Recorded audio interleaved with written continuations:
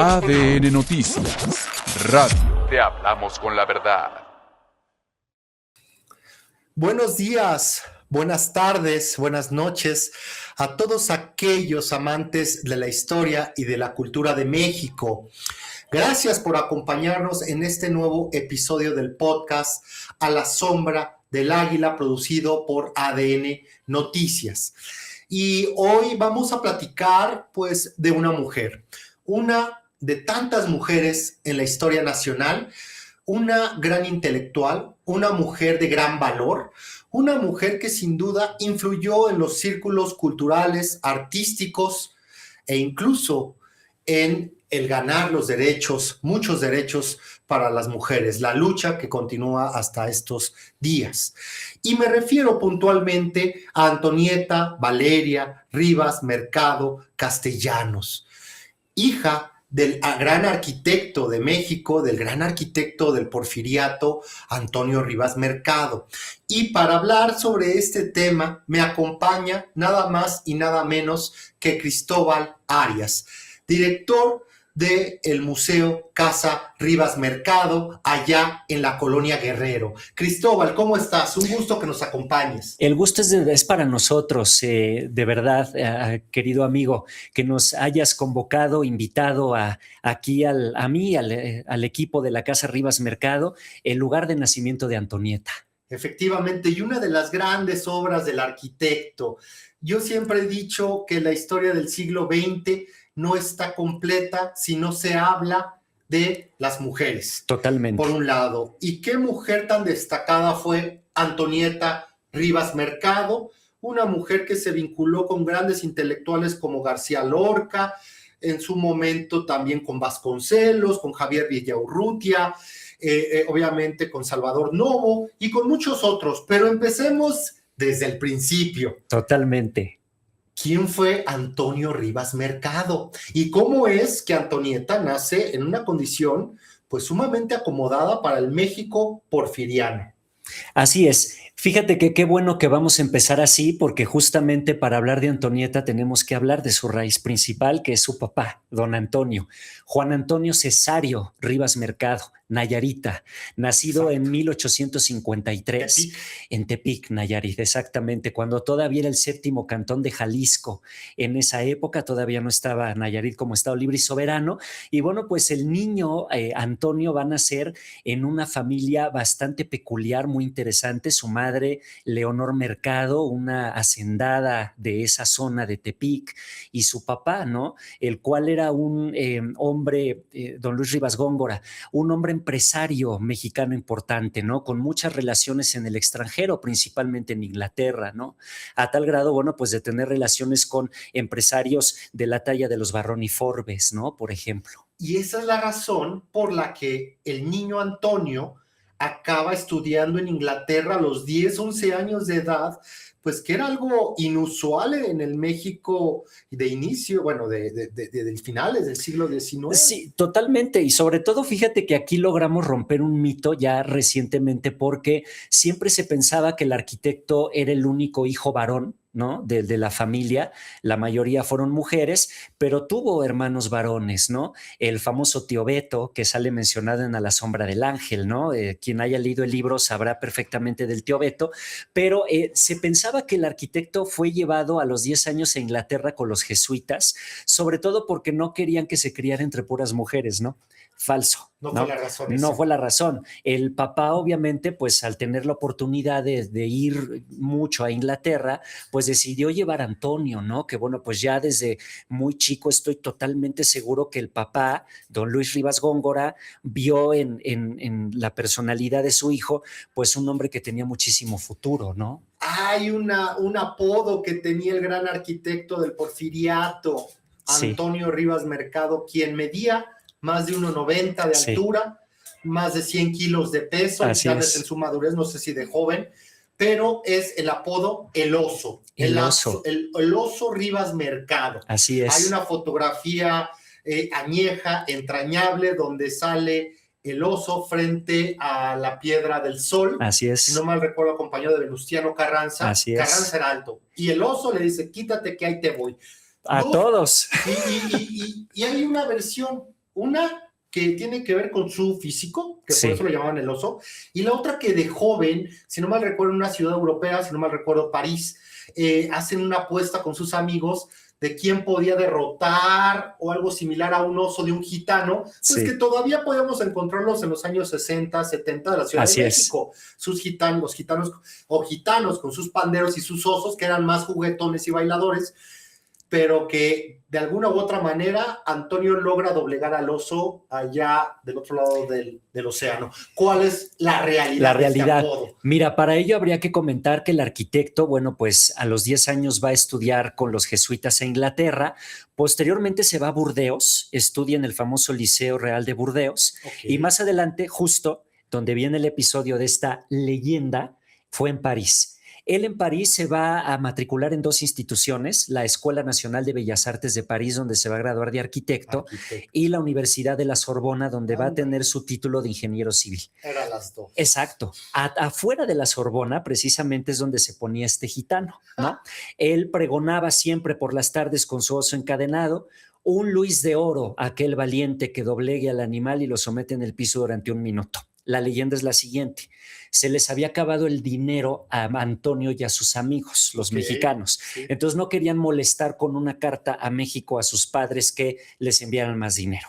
Entonces, bueno, pues los amigos, al ver la envergadura del joven Rivas Mercado, más de 2 metros, un hombre corpulento, dijeron: Más Antonio, de 2 metros. va, sí, exacto, era un hombre altísimo. Rivas Mercado ha de haber sido impresionante verlo en persona, ¿no? Manotas. Ves esa foto con Venustiano Carranza, ¿no? Que están en la Piedra del Sol. Hay un centenar de fotos de esa época en donde todo mundo tú lo ves y están viendo hacia arriba al arquitecto, ¿no? Entonces era un hombre muy impresionante, un hombre de mucho carácter. Entonces esa es la anécdota del oso, ¿no? El Luis de Oro, se ganó ese Luis de Oro por haberlo hecho, lo logró doblegar al oso. Digamos que salvó la situación, ¿no? Justamente del tema económico, y bueno, pues ya de ahí que todos sus compañeros durante toda la vida le apodaran el oso Rivas Mercado. Entonces tiene que ver con las dos. Así es. Un tanto, ¿no? Con esta anécdota un tanto pintoresca, pero también por su físico. Totalmente. ¿No? De barba cerrada. Así es. Y que llevó la barba desde joven. Desde joven. Hasta, yo creo que el día de su muerte. Y aparte siempre tú lo veías con un fez en la cabeza, estos tocados árabes, ¿no? Fíjate que aquí hay que mencionar algo. El arquitecto nunca, cuando tuvo vacaciones de la universidad o de estar estudiando en Europa, no regresa a México. Él se va, fíjate que estuvo andando en bicicleta por varias ciudades de Francia, estuvo también en Italia, visitó también la zona sur andaluza en España, Sevilla, Granada, y fíjate que ahí quedó enamorado del estilo mozárabe morisco, que lo vamos a poder ver ya más adelante en sus obras en México. Sí, el mudéjar, ¿no? Exactamente. Y aparte también visitó Marruecos. Entonces ahí en Marruecos compra estos tocados, los fez, ¿no? Y bueno, pues lo ves en cantidad de fotos, pero ya siendo hasta muy grande el arquitecto, él murió de 74 años, utilizando estos tocados. Él era un hombre que le gustaba mucho investigar, era un hombre de mente muy inquieta, y bueno, pues el mozárabe morisco va a ser algo que va a revolucionar mucho su manera de concebir la arquitectura, no nada más en una cuestión decorativa, sino también técnica, ¿no? Y obviamente no podría estar completa esta breve charla, este recuerdo de este gran arquitecto ingeniero sin mencionar sus obras. Totalmente. Antes de entrar al aire mencionábamos su obra más famosa, ¿no? Que es la columna del Ángel de la Independencia o de la Victoria Alada. Claro. Como se le debería de llamar, ¿no? Así Una Victoria Alada. No de cariño le decimos el ángel. Sí, no, porque vivimos en Chilangolandia así y así somos los chilangos. Pero también por ahí estábamos hablando de la hacienda de San Antonio Metusco, que si no mal recuerdo, actualmente está en manos privadas. Sí. Que es una belleza, un estilo neoclásico, grandes columnas. Y también hablábamos de que también él modificó, rediseñó la portada poniente del castillo de Chapultepec. Así es. Si no mal recuerdo, ya en tiempos de Venustiano Carranza. Es correcto. Y también hablábamos de una casa que pasan miles, si no es que millones de mexicanos y extranjeros ahí en Avenida Juárez y nadie le presta la menor atención, y es una obra de Antonio Rivas Mercado. ¿Nos puedes platicar un poco de esta casa y de la tragedia que acaeció ahí enfrente por donde todo el mundo camina? Vaya, para ello hay que imaginarnos esta situación. El arquitecto termina de estudiar en Europa, él regresa a México a finales del siglo XIX y podríamos decir que uno de los primeros trabajos que le van a dar en México, pues se lo dará su propia hermana, Juana Rivas Mercado de Torres Adalid. Ella era la esposa del rey del pulque, de Ignacio Torres Adalid, este empresario pulquero de los llanos de Apan, ¿no? Millonario, amigo de Porfirio Díaz. Totalmente, ¿no? Un hombre que, bueno, revolucionó obviamente todo el tema del pulque, ¿no? Como se concibía en la época. Bueno, pues precisamente tú recordarás que estas familias adineradas solían tener pues la hacienda, la casa de campo, pero también la casa en la ciudad, la casa urbana.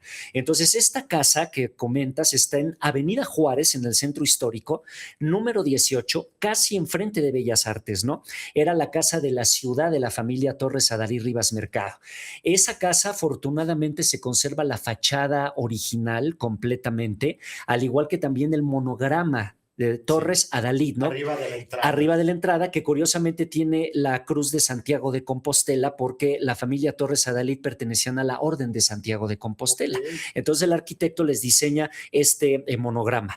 Fíjate que en algún momento la hermana del arquitecto pidió obras, adecuaciones en la parte superior, colocaron un andamio y bueno, pues en una de esas, Juana Rivas Mercado sube al andamio, se resbala y se cae. Y muere, ¿no? Entonces, bueno, pues Ignacio Torres Adalid queda viudo.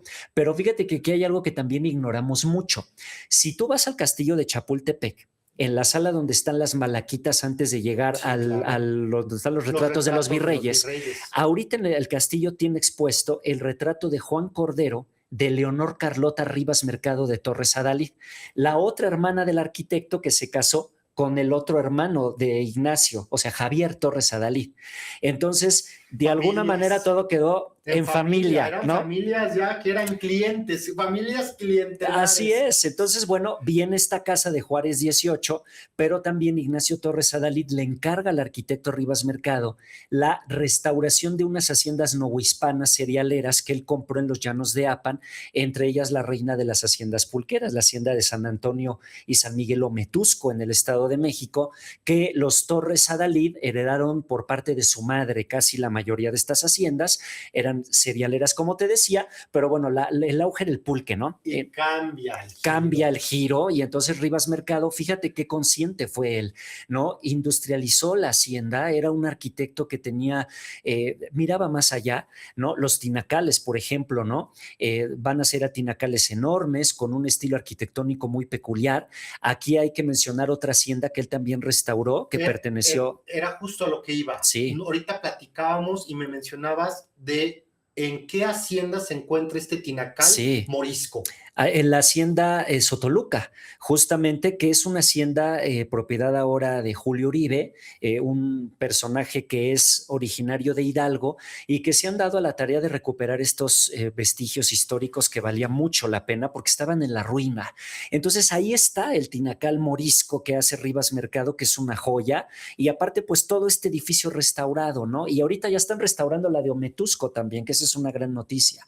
Gran anécdota también, no sé si ustedes se han acercado a la columna de esta Victoria Alada, la columna de la Independencia, y está una puerta bellamente decorada. Y ahí la de los mausoleos. Y ahí que fue hasta 1925 cuando deciden mover, pues bueno, a todos las osamentas o lo que quedaba de los héroes de la Independencia. Pero a lo que voy, Cristóbal, platícanos, ¿no? En esa puerta tan hermosa hay un medallón de una bella mujer de perfil con un gorro frigio. Así es. Y unos laureles. La patria. La patria. ¿Quién es? ¿Quién es esa mujer? Porque pues muchos dicen, es Antonieta. No. Es su hermana, es Alicia Rivas Mercado. En la casa Rivas Mercado hay una foto original de perfil de Alicia, que es precisamente la foto que manda el arquitecto a la fundidora Valdeosne de París, que es la que se encarga de hacer la fundición de esa puerta. Y precisamente su hija mayor, Alicia, es la patria, ¿no? Es de perfil, con el gorro frigio, las ramas de oliva, ¿no?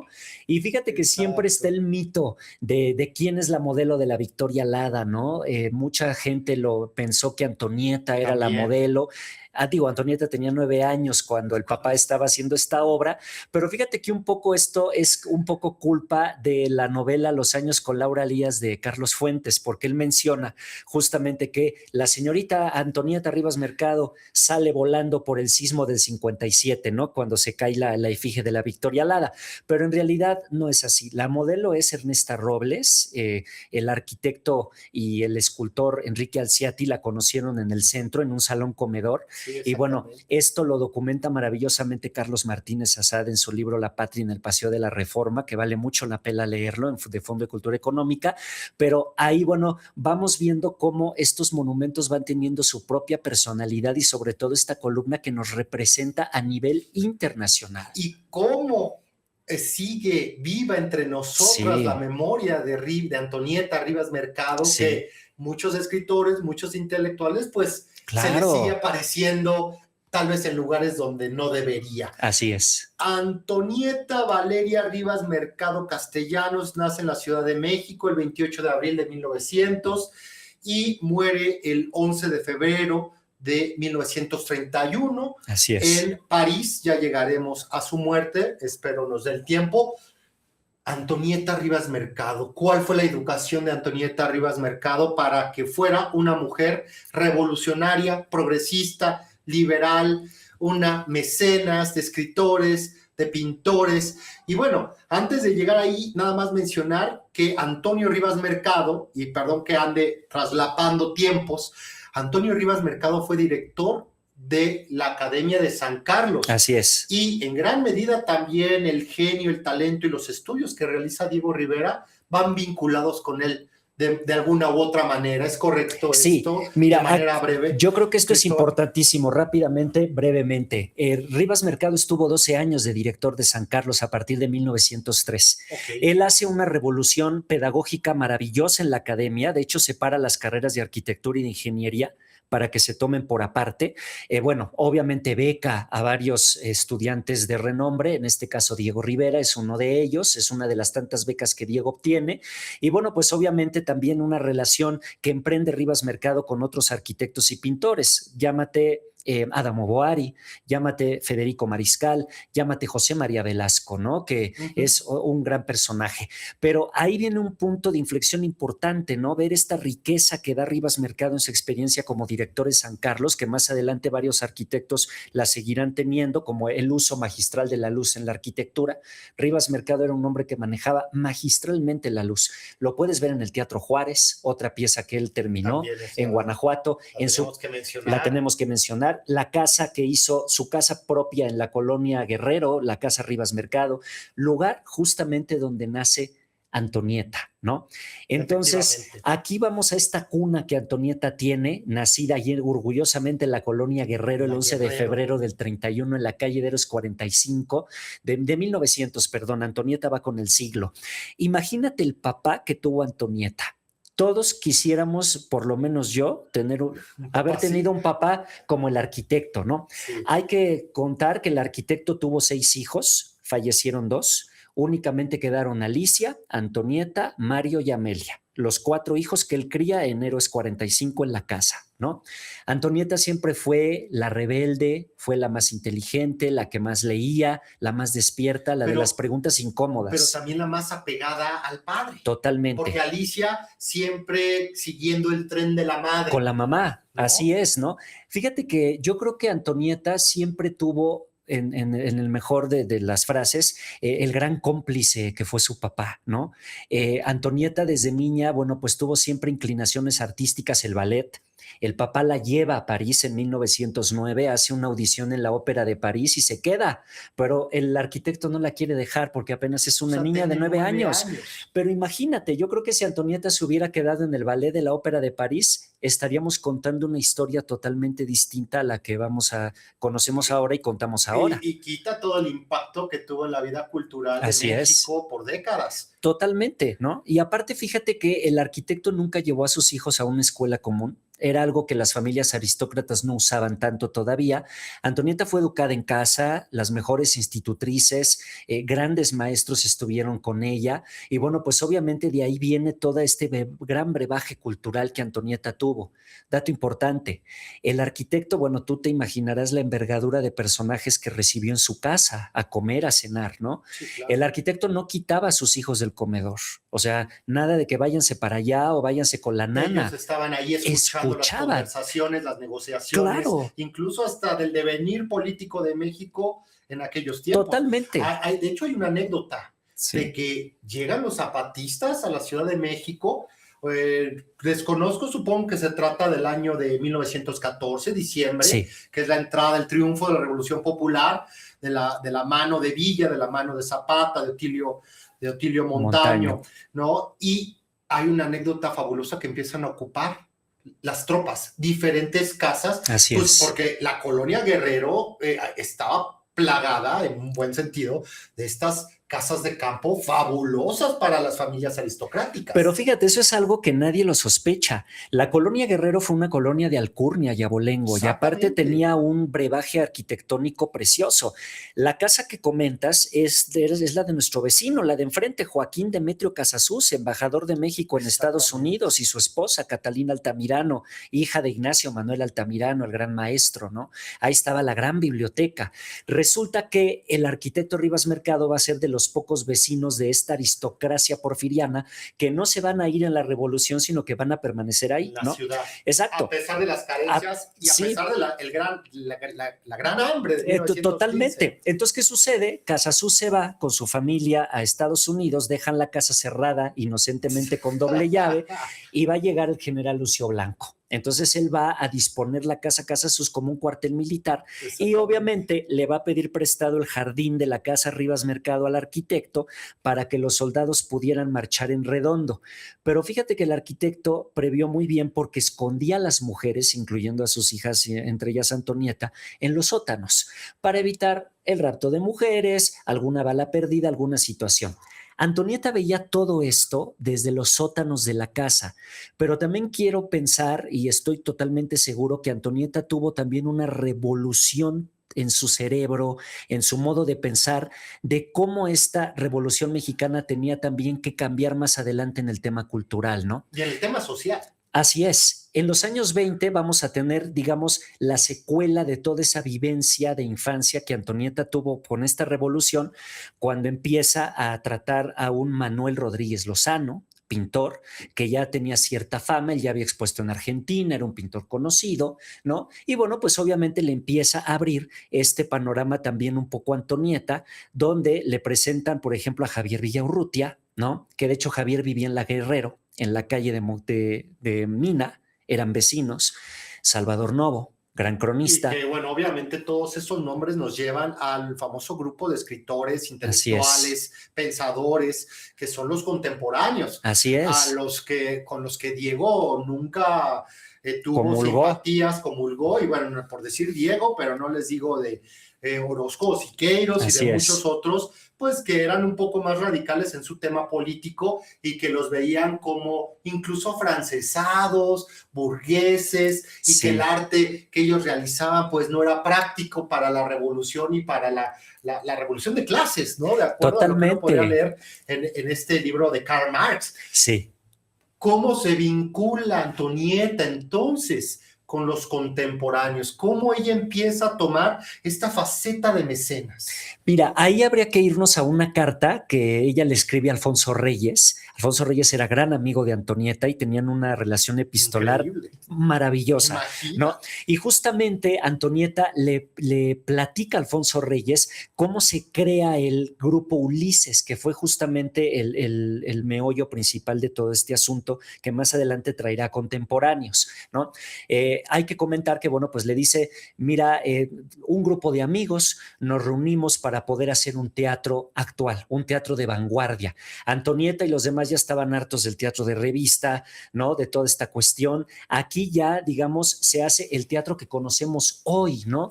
Con un guión, con una cuestión intelectual bastante, digamos, cuidada. Que refleja las problemáticas claro, de ese tiempo, las reflexiones de muchas veces de autores extranjeros, la mayoría franceses, ingleses. Hay que comentar que mucha gente piensa, fíjate que Antonieta era la chica rica de la Guerrero, que ponía el dinero nada más, ¿no? Sí, para todo esto, ¿no? Como la mecenas, que obviamente Antonieta es una gran mecenas, pero aquí hay que darle justicia.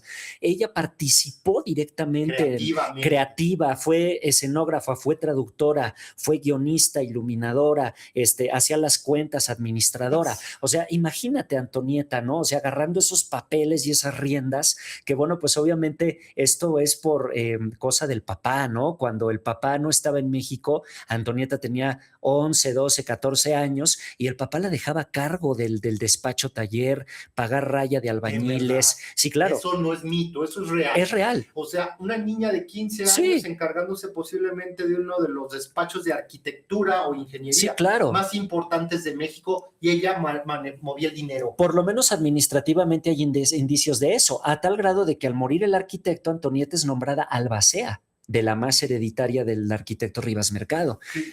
Cristóbal, ¿dónde estaba el Teatro Ulises? ¿Cuánto tiempo permanece cerrado? Porque sabemos que fue de breve existencia. Así es. ¿Permanece el edificio donde fue? Mira, el teatro primero comenzó en la casa de Antonieta, digamos, ahí es donde comenzaron a fraguarse estas ideas, pero era insuficiente. Así que Antonieta va a rentar, digamos, un cuarto de vecindad en Mesones 42, en el centro histórico. El edificio existe.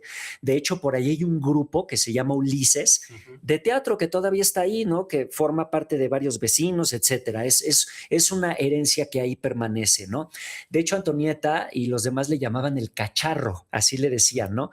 Era algo, podríamos decir, improvisado en su momento, pero era muy moderno porque tú llegabas como lo que fueron antes las famosas peñas, como la que tuvimos en San Hipólito, que tú llegabas a ver el espectáculo que en San Hipólito era musical, aquí era teatral, pero tenías tu asiento con mesita. Y entonces había bebidas, etcétera. El concepto moderno. Totalmente. ¿No? Antonieta era una gran anfitriona. ¿Sabes quién se acordaba mucho de todo esto? Andrés Enestrosa. Yo tuve la oportunidad de platicar con don Andrés muchas veces y te platicaba que Antonieta era una gran anfitriona, ¿no? Te ponía la mesa maravillosa, el ambiente tan bohemio que se hacía en ese teatro. Veías, por ejemplo, los boletos o las cortesías que de repente Antonieta le daba a sus hermanos y todo eso. Entonces, puedes ver que realmente fue un trabajo primeramente como de amigos y posteriormente se fue haciendo algo ya más profesional, porque también van a traer a otros personajes importantísimos. Julio Jiménez Rueda, este gran director de teatro, Celestino Gorostiza. Aquí obviamente vienen otras mujeres aparte de Antonieta, como Isabela Corona, ¿no? Esta gran actriz del cine de oro empezó ahí. Clementina Otero de Barrios, que empezó como actriz del teatro de Ulises y luego fue una gran, brillante funcionaria de teatro en el IMBA y después de danza.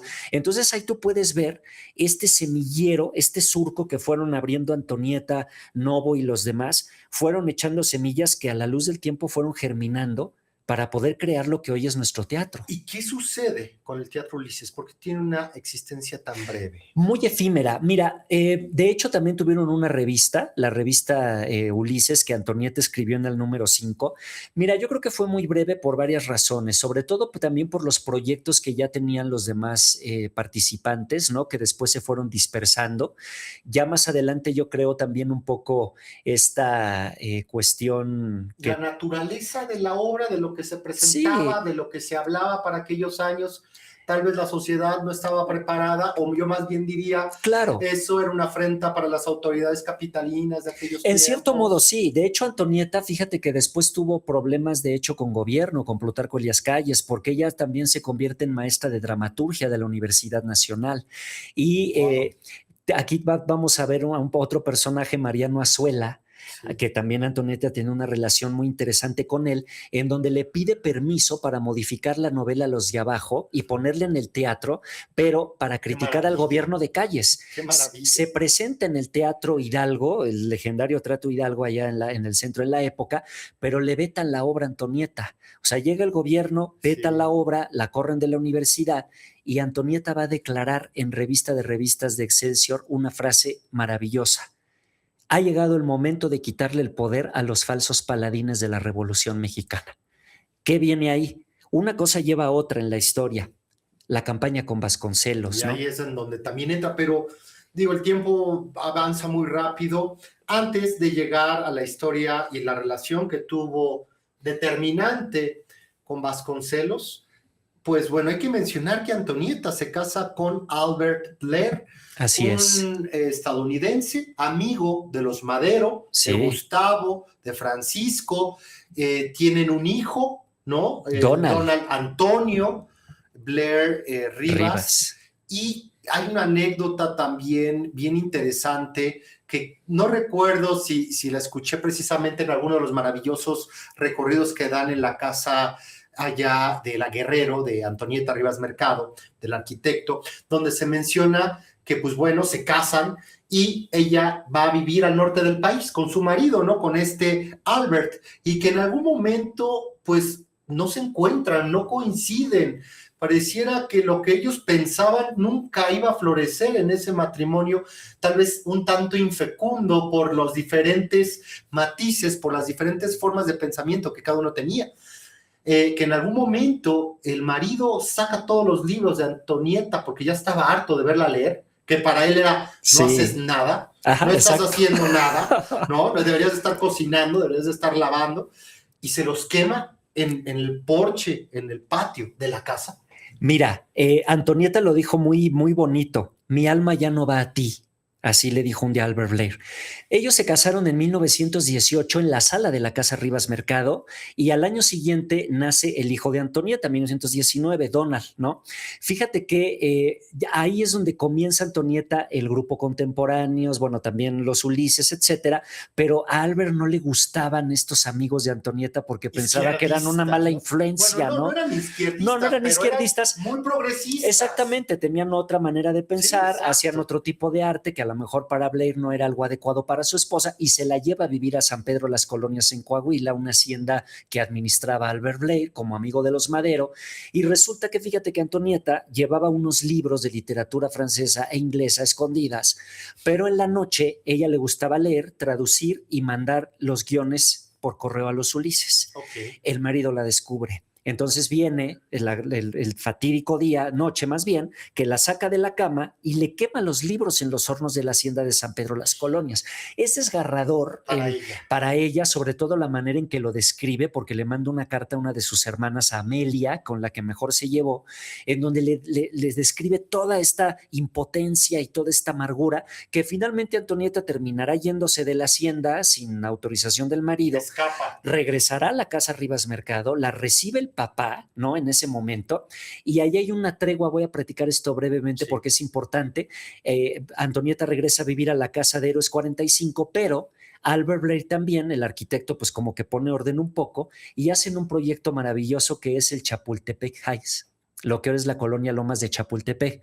Empiezan a comprar estos terrenos. Antonieta. El arquitecto Rivas Mercado, Albert, Antonieta también apoyó, el arquitecto José Luis Cuevas Pietrasanta, exactamente, hacen este Beverly Hills mexicano. Después llega Plutarco Elías Calles al poder, prohíbe los nombres extranjeros y le tienen que poner las Lomas de Chapultepec. Y de hecho está la anécdota en que Antonieta es quien le pone los nombres porque ve un atlas de su papá en la biblioteca y empieza a ponerle Monte Everest, Monte Athos, Monte Ararat, Sierra Gorda, ¿no? Entonces, ahí hay una tregua con este proyecto de las Lomas. Antonieta termina divorciándose de Albert Blair. Pero ahí empieza una batalla legal. Y por su hijo. Sí, totalmente, porque digo, imagínate una mujer en los años 20 divorciándose, y sobre todo del estatus legal de Antonieta. Antonieta no le importó, ella pidió el juicio, lo ganó y finalmente Albert, bueno, pues contrata a otro abogado y le pelea a la patria potestad del niño y finalmente Antonieta la va a perder en 1929, que es el año en donde Antonieta, digamos, pierde muchas cosas, ¿no? Entre ellas, pues este fraude electoral que le hacen a Vasconcelos, ¿no? ¿Cómo se conoce Antonieta y José Vasconcelos? Pues que sin duda equivocarme, podría decir que él es el gran padre del movimiento muralista mexicano y uno de los intelectuales pues más poderosos, ¿no? De aquella generación. y pues el primer director de la Secretaría de Educación Pública, ¿no? Yo estoy casi seguro que Antonieta ya tenía nociones de Vasconcelos desde que él era secretario de Educación en el gobierno de Álvaro Obregón. Antonieta le llamaba el dragón a Vasconcelos, ¿no? En la intimidad. Digamos que formalmente se conocen en Toluca. Antonieta va a Toluca, ella tenía familia allá, Vasconcelos estaba por allá, y en el 28 se conocen, ¿no? Ahí ya hablan formalmente. Antonieta, bueno, pues ya había dado la declaración, ha llegado el momento de quitarle el poder a los falsos paladines de la Revolución Mexicana en la revista de revistas, y bueno, pues obviamente Vasconcelos la coge, ¿no? Antonieta yo creo que veía en Vasconcelos el hombre intelectual que ella toda la vida soñó y buscó. ¿Y no habrá visto también en él el hombre indicado o capacitado, de los muy pocos, para cambiar el cauce de esa corriente que era México en aquellos años? Una persona, bueno, un tanto humana, y no digo humana por la forma en la que, pues a ratos, trató, o al momento de finalizar su relación, trató a Antonieta. Totalmente, y aparte Antonieta comulgaba al 100% con las ideas de Vasconcelos, sobre todo del tema de educación. Poner la educación como piedra angular precisamente desde abajo para arriba. Hay que educar a todos, decía Antonieta, porque también las clases altas están muy mal educadas, comentaba ella, ¿no? Entonces, yo creo que ella y Vasconcelos comulgaban de una manera magistral en ese tema, por eso llevaron también mucho, se ignora de que Antonieta también fue la hacedora de la campaña de Vasconcelos. Y la que la financió, ¿no? Podríamos decir también. Totalmente. Toda su fortuna casi acaba en digamos que, político. Claro, digamos que buena parte Antonieta es quien financia esta campaña a la presidencia y bueno, pues obviamente también la acompaña de manera intelectual porque ella va a ser la creadora de una parte de los discursos, hará la famosa crónica de la campaña, finalmente terminará escribiendo los borradores de una novela que ella quería publicar, El que huía, que más adelante nos hablará del fraude que se cometerá y bueno, pues obviamente Antonieta entra en un punto inflexivo de la historia de México, de un México de hombres, ¿no? Y sobre todo, pues con este cambio tan vertiginoso, vaya, Vasconcelos, si hubiera ganado, pues hubiera sido... ¿En qué año fue la elección? En el 29, justamente. En el 29 ya se veía claramente la presión gubernamental. La maquinaria del Estado arrollando... Sí. Fue una de las elecciones más violentas. Así es. Algo que gran mayoría de los mexicanos ignoran. Esa del 29 fue una de las elecciones más violentas que se han registrado en nuestro país, donde literalmente pasaban los policías, aplastaban a caballo a la gente, había balaceras en los puntos de votación. ¿Por qué? Porque yo es lo que veo, lo que presiento, que sí se veía Vasconcelos como una seria amenaza para el régimen y para la continuidad de este partido. Totalmente, sobre todo porque pensemos que Vasconcelos fue secretario de Educación y obviamente todo lo que culturalmente logró en esa época, ¿no? Las misiones culturales y todo lo que conlleva a la figura tan importante que representó como secretario de Educación. Entonces sí, obviamente para Plutarco Elías Calles ha de haber sido un peligro inminente, ¿no? Y bueno, obviamente pensemos que el candidato era Pascual Ortiz Rubio, quien se queda finalmente en la silla presidencial. El Nopalito, imagínate qué apodo, ¿no? Hijo, no ya tú sabrás perfecto por qué, ¿no? El Nopalito. Pero sí, claro, obviamente Vasconcelos fue una afrenta y yo creo que también ver una mujer como Antonieta Rivas Mercado agarrar las riendas de esa campaña junto a Vasconcelos y ver esos discursos. Fíjate que quien recordaba esto tan apasionadamente era Andrés Enestrosa, ¿no? Él estuvo ahí, ¿no? Y de hecho se enojaba porque decía es que yo pensé que Vasconcelos iba a levantar en armas, ¿no? Después de esta parte, pero no pasó, ¿no? Entonces Andrés decía, no pasó, y entonces ese es algo que siempre le van a reprochar a Vasconcelos. Lo tacharon de cobarde, ¿no? Exactamente. E incluso... Bueno, sería muy interesante saber cuál fue la postura de Antonieta sobre esta divergencia, sobre esta coyuntura y sobre el llegar a pues seguir con movimiento armado. Es cierto que Antonieta queda en la ruina, en la quiebra, después de este esfuerzo económico titánico para apoyar a Vasconcelos, una. Sí. Y dos, ¿cuál es esta frase que pues podríamos decir que termina esta relación? dicha por un Vasconcelos frío, que a mí me da la apariencia de que realmente él quiso utilizar no solamente el intelecto, sino el recurso económico de esta gran mujer que fue Antonieta. Claro, mira, yo lo que creo aquí fue que hubo una serie de eventos desafortunados para la época, ¿no? El fraude, justamente, Antonieta va a empezar a enfrentar también algunos inconvenientes familiares por el tema de la herencia. Recordemos que don Antonio Rivas Mercado muere a la edad de 74 años, víctima de cáncer de páncreas en 1927, y ahí tú puedes ver que Antonieta pierde un aliado, que era su papá, ¿no? O sea, eso es clarísimo. Su apoyo emocional, ancla. Su ancla, su asesor. Sí. El arquitecto era todo para Antonieta, ¿no? Y precisamente después del fraude, bueno, pues van a venir varias desavenencias en la vida personal de Antonieta. Uno, la pérdida de la patria potestad de su hijo, esa es una. Dos, el papá la nombra la albacea de la masa hereditaria y por ende los hermanos pensaron que Antonieta ya se había gastado todo el dinero en el mecenazgo cultural que hacen contemporáneos de Ulises y obviamente pues en la campaña, ¿no? Que bueno, obviamente no daban crédito que una mujer como Antonieta estuviera financiando al candidato Vasconcelos, ¿no? Pero yo te puedo decir que no, Antonieta no pierde la herencia, eso creo que es un mito muy grande, la fortuna Rivas Mercado era enorme. Ella todavía queda en una posición económica cómoda después de todos estos millones que pierden. Mira, lo que sucede es que los hermanos ponen un freno legal, ¿no?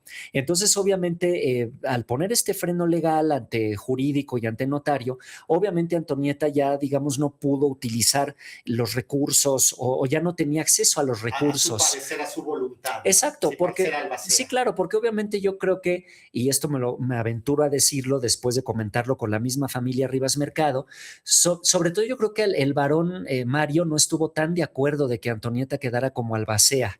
Los albaceas eran los varones en ese tiempo, ¿no? Entonces de ahí vienen estas series de demandas por herencias en donde Antonieta no podía tocar ya un dinero. Recordemos que ella tuvo que exiliarse, tuvo que salir del país, estuvo en Estados Unidos, en Nueva York, ahí conoció a Lorca en la Universidad de Columbia, luego se va a España, ya tenía su hijo en ese momento, ¿no? Logran pasarle a su hijo y se van a Burdeos. Y ahí en Burdeos encarga al niño y se va a París a ver a Vasconcelos por última vez. Ella se entera de que Vasconcelos va a establecerse en París y va a reeditar una revista muy famosa que se llama La Antorcha. Pero, perdón que te interrumpa, Cristóbal. Entonces ella, para estos momentos, estamos hablando ya de los 30, 31. Estamos en el 29, 30, más o menos. Todavía tiene la posesión de su hijo.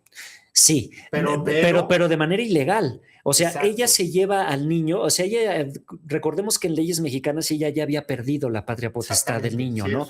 Como que era importante. Exactamente. Entonces ella va a tener grandes problemas legales en México por ese tema, no únicamente por tema de la herencia o por el tema político hacia su persona, sino también por esta situación de llevarse al niño, ¿no? Sin el consentimiento del marido, que, bueno, había que firmar el pasaporte y todo ese tema. Antonieta lo logra sacar y, bueno, pues ahí viene un meollo familiar muy difícil, ¿no? Para Antonieta. Y bueno, pues finalmente ya te digo... Llegan sus últimos años. Ya sus últimos años. Ella, fíjate que va a hacer un documento importantísimo que se llama el Diario de Burdeos. Lo va a hacer en un libro florete de contabilidad, ¿no? En donde ella va a poner, pues, lo que estaba pasando políticamente, familiarmente, su tema de relación con Vasconcelos, hasta que llega esta última entrevista en París. Se reúnen en París. ¿Y qué es lo que le dice Vasconcelos? Antonieta todavía con una ligera esperanza, muy enamorada de él. Yo creo que fue el hombre que más amó en su vida, después de su padre. Claro. ¿Y qué es lo que le responde el frío de Vasconcelos a sus emociones? Antonieta le pregunta: Pepe, ¿te soy necesaria? Y bueno, pues Vasconcelos le va a contestar con una frialdad filosófica, ¿no? Nadie necesitamos de nadie, ¿no? Del único que necesitamos para sobrevivir y ser alguien es Dios, ¿no? Le dice Vasconcelos, siempre mencionando a Dios, ¿no? Lo místico, ¿no? Y bueno, imagínate ese golpe, esa contestación para un ser como Antonieta tan sensible, ¿no? Yo creo que esa va a ser una de las tantas gotas que van a derramar el vaso para que finalmente Antonieta tome esta fatídica decisión de morir por propia mano en la Catedral de Notre Dame de París con el famoso revólver de Vasconcelos. Lo que dicen es que ella muere el 11 de febrero de 1931 dentro de Notre Dame. No, fíjate. Eso es lo que todo mundo cree. Sí, claro. Que frente de la capilla, incluso de la representación de la Virgen de Guadalupe, dentro de la iglesia de Notre Dame, donde entonces ella comete el suicidio. De hecho, Antonieta lo deja en su diario, lo deja escrito. Ella planeó su muerte por suicidio. Iré a la capilla del crucificado, que es una capilla lateral, la segunda capilla, donde ahora tú, como bien lo señalas, está la imagen de la guadalupana de mosaico veneciano. Ahí había una capilla con un Cristo, que el Cristo está ahora más adelante. Okay. Ella dice: tomaré asiento para agarrar valor y disparar frente al crucificado. Entonces, si imaginamos la escena, Antonieta la ha de haber cumplido perfectamente como un guión teatral. Se sienta, saca de la bolsa de mano el revólver y se dispara. El tema es que Antonieta planeaba dispararse en el corazón. No fue así. Se dispara en el pulmón. Ella queda viva todavía, malherida. Los arcedianos de catedral, al haber escuchado el estruendo de la bala en las bóvedas, la trasladan viva todavía a un hospital que está enfrente de la catedral, el Hospital de Dios de París. Pero sí fue todo esto en Notre Dame. Ah, claro, esto totalmente. Fue todo en Notre Dame. Dentro de la catedral. En una de las capillas. Así es. Todavía no estaba la representación de la Virgen todavía de Guadalupe, pero ella se apunta y no se da en el corazón, se da en el pulmón. Así es. La llevan a una clínica y ¿qué sucede? Bueno, pues finalmente un médico mexicano, curiosamente, es quien la asiste, ¿no? Antonieta estaba en calidad desconocida, no sabían quién era. Muere lamentablemente esa tarde-noche del 11 de febrero del 31. Antonieta tenía 30 años en ese momento y bueno, pues viene la investigación policíaca. La policía lo primero que revisa es la bolsa de mano y se encuentra con la carta de suicidio que Antonieta le escribe a un muy buen amigo de la familia Rivas Mercado, el cónsul de México en Francia, Arturo Pani, ¿no? Arturo, bueno, pues obviamente en estado de shock cuando le encuentran la carta y va a reconocer el cadáver de Antonieta, va con Vasconcelos, quiero decir. Va con Vasconcelos, ¿no? Él todavía va, reconocen el cadáver, etcétera. El cónsul Pani notifica a los Rivas Mercado en México. Amelia, la hermana, es quien recibe la noticia y le piden por favor que los restos sean repatriados a México, cosa que no sucede, porque el gobierno da la orden de que Antonieta no puede regresar a México porque no se quiere una víctima más del vasconcelismo, así que tiene que ser enterrada en París. Ella, ¿dónde descansa ahora ya de manera breve? El tiempo se nos ha acabado, Cristóbal, es una gran charla. Y es una gran historia. Apasionante toda esta historia, estos personajes son los personajes que forjaron el México, las primeras décadas del México del siglo XX. Totalmente. ¿No? Y no solamente eso, ahí está hasta García Lorca. Pero bueno, ¿dónde descansa aquellos que nos escuchen, que tal vez vayan a viajar a París? Fíjate, ¿dónde descansa Antonieta? Y una reflexión final sobre ella. Mira, Antonieta la tuvieron que enterrar en un panteón de rama judía porque no la pudieron enterrar en un católico, obviamente por el drama sucedido en la catedral. El panteón de Santa Thais, justamente a las afueras de París, que es un panteón que tuvo muchos problemas en la Segunda Guerra Mundial. Se bombardeó, se desmanteló. Realmente ya ahorita no sabemos ni el número de fosa ni exactamente en dónde, pero bueno, Antonieta no fue repatriada, está allá justamente. Y bueno, una reflexión final. Creo que Antonieta es un personaje del cual nosotros deberíamos de estar como mexicanos eternamente agradecidos y muy ocupados y preocupados por dar a conocer su vida y su obra. Antonieta fue una mujer grandiosa que le dio alas a los artistas de principios del siglo XX, ¿no?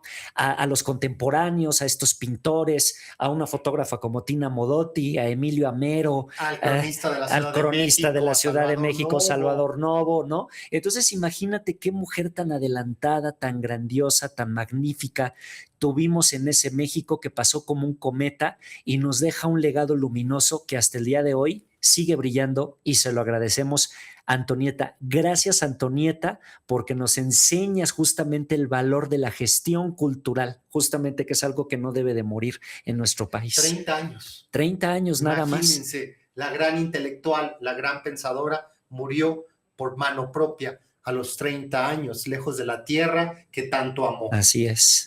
Gracias, Cristóbal, por estar aquí. invita a los que nos siguen a que vayan a esta maravilla arquitectónica que es la Casa Rivas Mercado de manera ya breve. Yo les invito a que vayan a visitarnos a la Colonia Guerrero, calle de Héroes 45. Estamos a 2 cuadras del Metro Hidalgo.